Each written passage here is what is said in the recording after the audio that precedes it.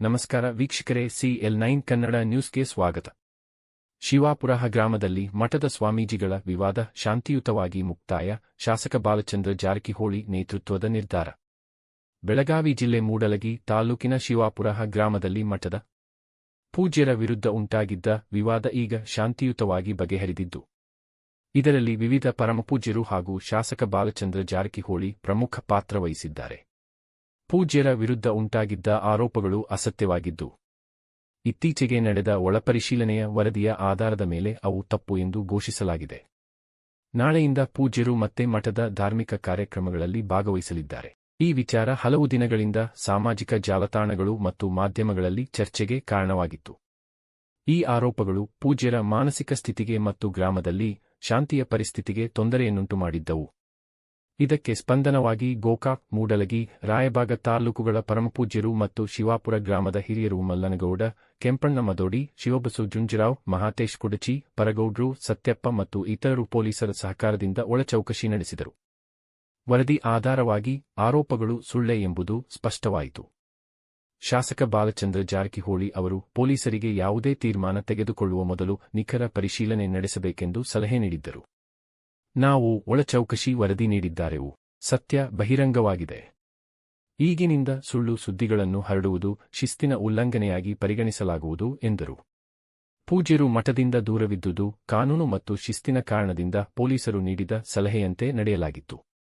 ಇದೀಗ ಪರಿಸ್ಥಿತಿ ಸುಧಾರಿಸಿದ್ದು, ಪೂಜ್ಯರು ಧ್ಯಾನ ಹಾಗೂ ಧಾರ್ಮಿಕ ಕಾರ್ಯಗಳಲ್ಲಿ ಮತ್ತೆ ತೊಡಗಿಸಿಕೊಂಡಿದ್ದಾರೆ. ಈ ಬಗ್ಗೆ ಮಾತನಾಡಿದ ಪೂಜ್ಯರು, ಪರಮಪೂಜ್ಯರೆಲ್ಲರಿಗೂ, ಶಾಸಕರಿಗೆ, ಮಾಧ್ಯಮ ಸ್ನೇಹಿತರಿಗೆ ಹಾಗೂ ನಮ್ಮ ಗ್ರಾಮದ ಹಿರಿಯ ಮುಖಂಡರಿಗೆ ನನ್ನ ಹೃತ್ಪೂರ್ವಕ ಧನ್ಯವಾದಗಳು. ಅವರ ಬೆಂಬಲದಿಂದ ನನ್ನ ಮೇಲೆ ಬಂದಿದ್ದ ಕಳಂಕವನ್ನು ನಿವಾರಿಸಬಹುದು ಎನ್ನುವುದರಲ್ಲಿ ನಂಬಿಕೆ ಮೂಡಿದೆ. ಇಂತಹ ಘಟನೆಗಳು ಪುನಃ ಸಂಭವಿಸಿದರೆ ನಾವು ಶಾಂತಿ ಹಾಗೂ ಸತ್ಯದ ಮಾರ್ಗವನ್ನು ಅನುಸರಿಸಬೇಕು ಎಂದು ಹೇಳಿದರು. ಗ್ರಾಮದ ಮುಖಂಡರು ಕೂಡ ಈ ವಿಷಯ ಇನ್ನು ಮುಂದೆ ಮುಂದುವರಿಯಬಾರದು, ಹಾಗೆಯೇ ಹಳೆಯ ಘಟನೆಗಳನ್ನು ಮತ್ತೆ ಎಳೆಯುವುದು ತಪ್ಪು ಎಂದು ತೀರ್ಮಾನಿಸಿದ್ದಾರೆ.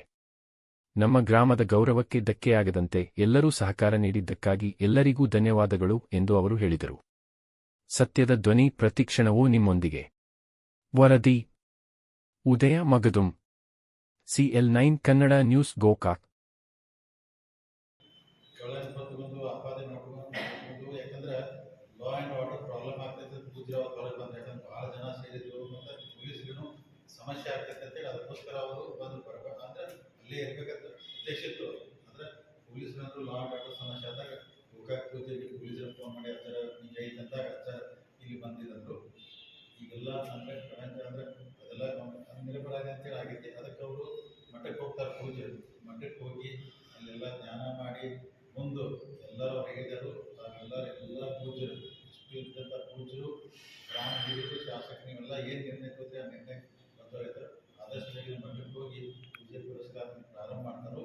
ಮತ್ತೆಲ್ಲ ನಮ್ಮ ಶಿವಾಪುರ ಮುಖಂಡರಿಗೆ, ಭಕ್ತರಿಗೆ ನಾನು ವಿನಂತಿ, ತಾವೆಲ್ಲರೂ ಸಹಕಾರ ಪಡೆದು ಇದು ಭಾಳ ದೊಡ್ಡದು ಏನು ಇಶ್ಯೂ ಆಗಿ ಮುಗಿಸ್ಬೇಕಾದ್ರೆ ತಮ್ಮ ಮುಖಾಂತರ ಎಲ್ಲರಿಗೂ ವಿನಂತಿ ಮಾಡ್ತಾರೆ.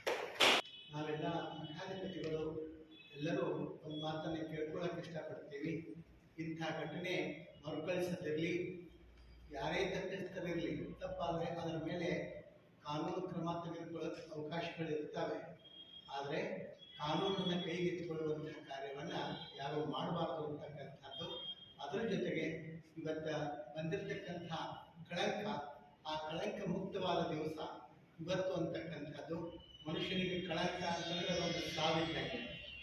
ಆದರೆ ಇವತ್ತು ಆ ಕಳಂಕ ಮುಕ್ತರಾಗಿ ಪೂಜ್ಯರು ಇವತ್ತು ಹೊರಗೆ ಬಂದಿರೋದು, ಇಲಾಖೆಯ ತನಿಖೆಯಿಂದ ಅದು ದೃಢಪಟ್ಟಿರೋದು ಭಾಳ ಸಮಾಧಾನಕರ ಸಂಗತಿ ಅಂತ ಹೇಳಿ ನಾನು ಹೇಳೋಕ್ಕೆ ಇಷ್ಟಪಡ್ತೀನಿ.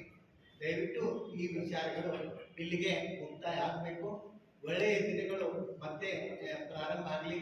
ಸಮಾಜ ಧಾರ್ಮಿಕವಾದಂಥ, ಆಧ್ಯಾತ್ಮಯುತವಾಗಿ, ಶಕ್ತಿಯುತವಾಗಿ ಸಮಾಜ ಸದೃಢಗೊಳ್ಳಲಿ. ಎಲ್ಲರೂ ನೀತಿವಂತರಾಗಲಿ, ಆಚಾರವಂತರಾಗಲಿ ಅಂತಕ್ಕಂಥ ಕಾರ್ಯ ಇವತ್ತು ಮಠಮಾನ್ಯಗಳಿಂದ ನಡೀತಾ ಇದೆ. ಅದು ನಿರಂತರವಾಗಿ ನಡೀಲಿ ಅಂತ ತಿಳ್ಕೊಂಡು ಹೇಳಿ